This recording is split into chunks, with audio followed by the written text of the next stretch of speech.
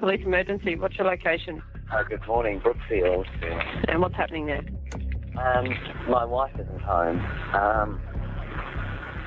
No, I don't know where she is. What's your name, first of all? I'm sorry. Gerard. And your last name, Gerard? Baden-Clay. And what's your wife's name? Allison with 2 L's. I don't want to be alarmist. I tried the 131 number, but just went on forever. Yep. All right, Gerard. I'll get police to come and see you, okay? All right. Thanks, Gerard. Bye-bye. It is Friday, the 20th of April, 2012.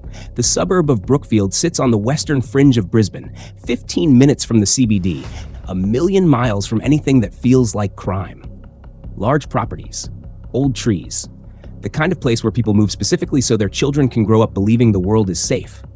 Pony clubs, showgrounds, a general store where everybody knows your face.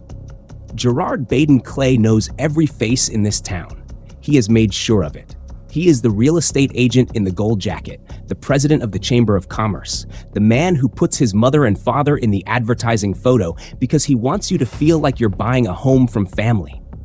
He is the great-grandson of Lord Baden-Powell, the founder of the Boy Scouts. He has never let you forget that. His wife, Allison, is 43 years old. She speaks 6 languages. She was crowned Miss Brisbane in 1993. She danced ballet. She has 3 daughters under 11, girls who need her to be home in time to make breakfast and walk them to school. She is not home. According to Gerard, she sometimes went for early morning walks. He woke up, noticed she wasn't there, noticed some exercise clothes were missing from her wardrobe, texted her, called her, got nothing back. And when 7:15 came and the girls needed breakfast and Allison still wasn't walking through the door, he called the police. That is his story. Welcome. On this channel, we explore criminal masterminds, their motive, their plan, their flaw, and the hand of justice. This is The Fatal Flaw, where every mastermind meets the same ending. You are standing in the kitchen of 593 Brookfield Road when the first officers arrive. The man who called is wearing a suit, not the rumpled clothes of someone who's been up all night pacing, not the swollen eyes of someone who has been crying. A suit. He has made tea in china cups, and he is serving it to the officers as they take notes at his kitchen table. And there is something on his face. 3 marks, right cheek, running in parallel lines in the way that only one thing makes parallel lines. Watch what he does when he's asked about them. I should clarify here. I cut myself shaving this morning and everybody has said that looks suspicious. It does. And that's part of the reason I think that you're here.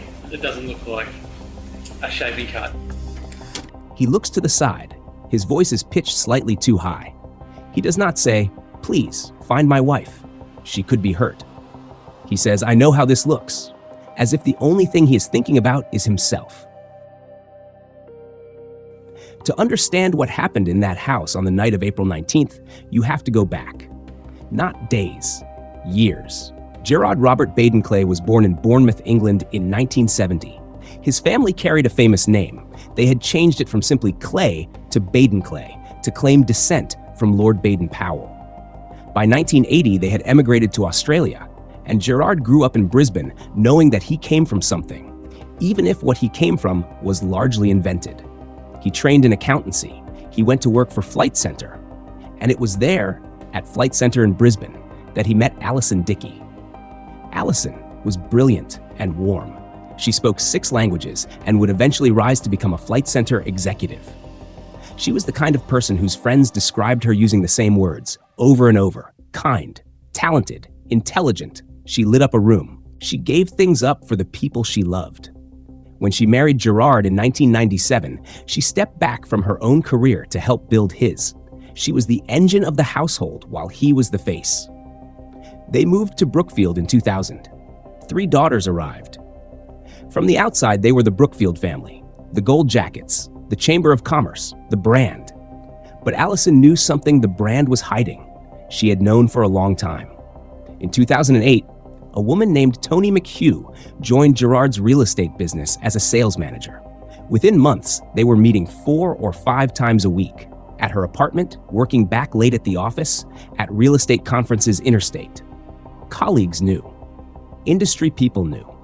The affair was, in the way of these things, an open secret that everyone knew, except the person it would hurt most. For 3 years, Gerard managed his double life the way he managed everything, with performance. The devoted husband at school pickup, the devoted lover by evening. He told Tony he would leave Allison. He made promises. He set deadlines.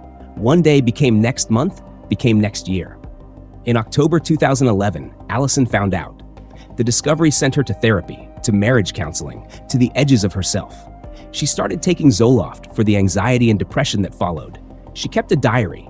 In it, she wrote the things she could not say aloud, the humiliations, the loneliness, the work of holding a family together while her husband treated her life as a problem to be managed. She wanted to save the marriage. She wanted her daughters to grow up with both parents in the house. She blamed herself, the way people do when someone has spent years telling them they are not enough. For his part, Gerard performed regret. He went to counseling sessions.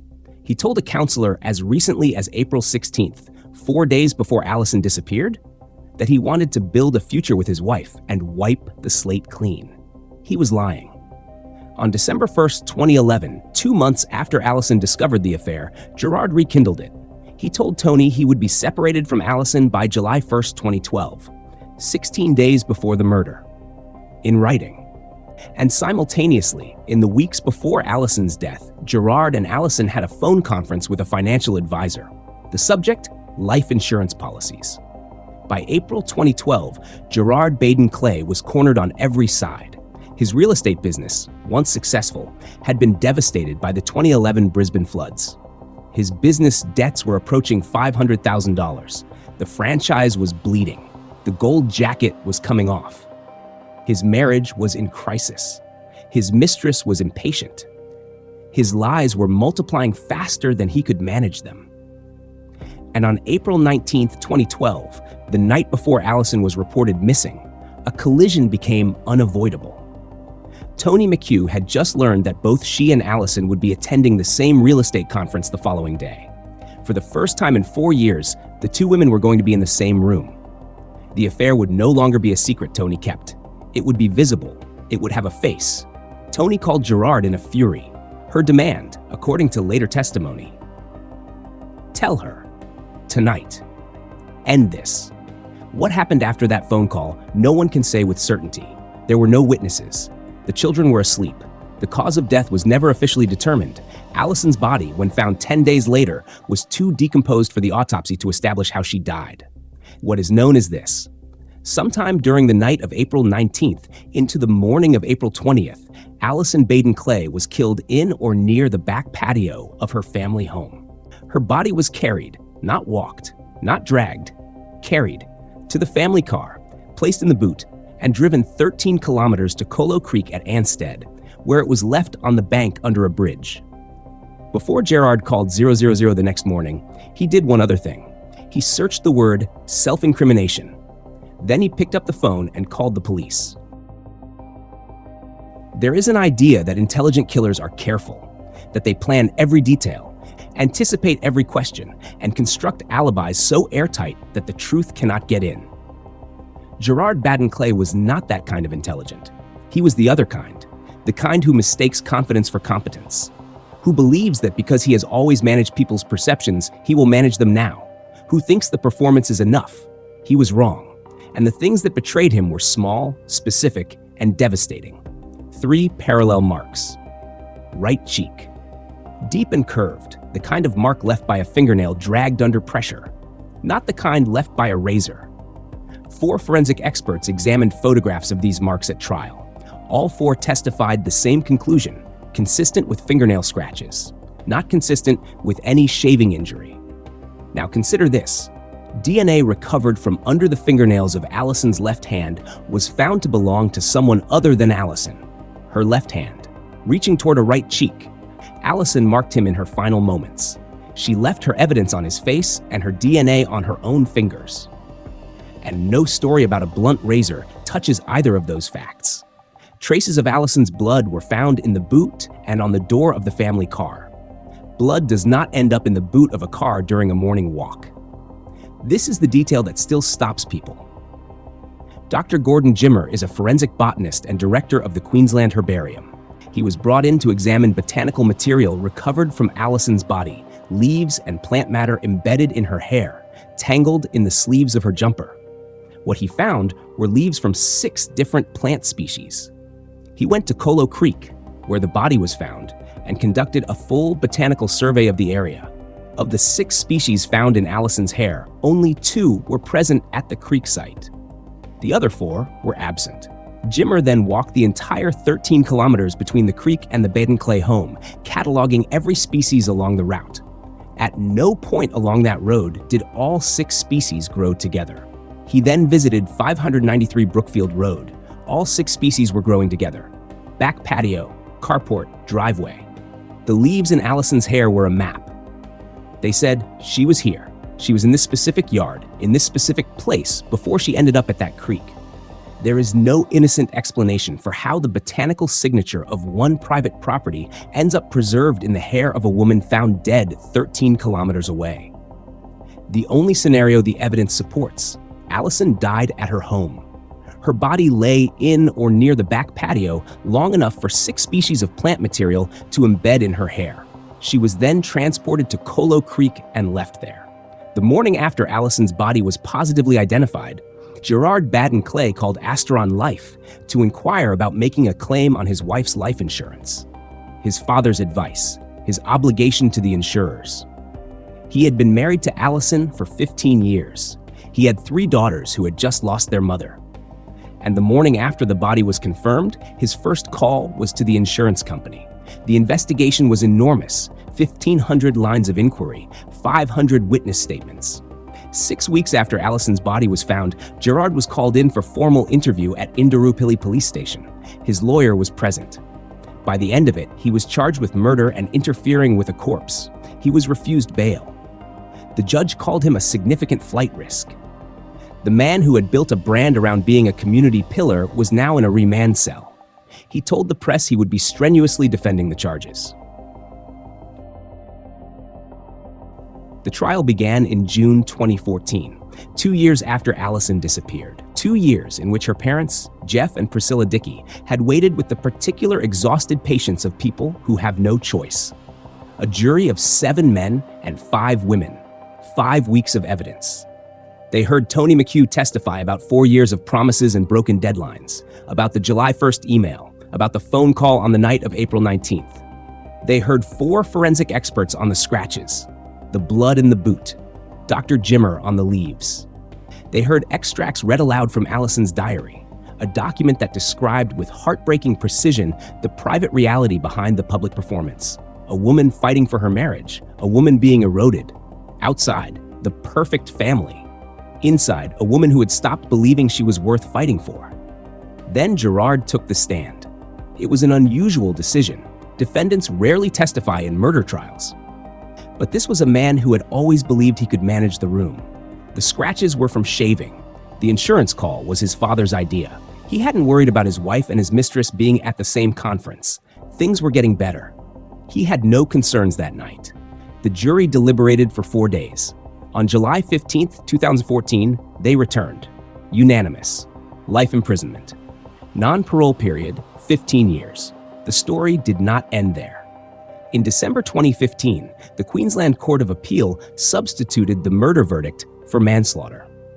3 judges ruled the evidence couldn't definitively exclude the possibility of an accidental death. Perhaps a blow during a confrontation, perhaps a fall. Allison's family said simply, "Justice has not been served." The Queensland Director of Public Prosecutions appealed to the High Court of Australia. The High Court ruled unanimously. The murder conviction was reinstated. Their reasoning was direct. Gerard had testified he had nothing to do with his wife's death. Not even accidentally. He hadn't claimed it was unintentional. He had claimed it wasn't him at all. The Court of Appeal's accidental killing theory had been invented during the appeal. It was never his defense. His own words eliminated the possibility. Murder restored. Gerard Baden-Clay is still in prison, eligible for parole in 2027. As of this episode, he still wears his wedding ring. he has never admitted to what he did. Allison's estate, approximately $1 million, including the life insurance, was placed under her father's control. A court ruled Gerard Baden-Clay was not entitled to receive a single dollar from her death. In 2015, her family and friends established the Allison Baden-Clay Foundation, supporting victims of domestic and family violence across Queensland. Every year on July 31st, the Story Bridge goes yellow, Allison's favorite color, for her and for every woman whose name didn't make the news. Allison Baden-Clay spoke 6 languages. She danced ballet. She was crowned Miss Brisbane. She gave up her own career to support her husband's. She spent years trying to save a marriage to a man who spent those same years calculating how to escape it. She wanted her daughters to grow up in a happy home. Her daughters grew up without a mother. The leaves in her hair contained the whole story. Not metaphorically, literally. 6 species from one specific patio. The leaves don't care what story you've told. They just grow where they grow. And when you carry a body through a garden in the dark, the garden comes with her. That is his flaw. Not the scratches, not the debt, not the insurance call, though all of those mattered. His flaw was the belief that managing perception was the same as controlling reality. That a man who could charm a room, wear a suit, serve tea in china cups to the officers who came to find his wife, could also charm the forensic record. He couldn't. No one can. The smartest criminals, the same ending. If this case raises concerns for you or someone you know about domestic or family violence, support is available. Links in the description.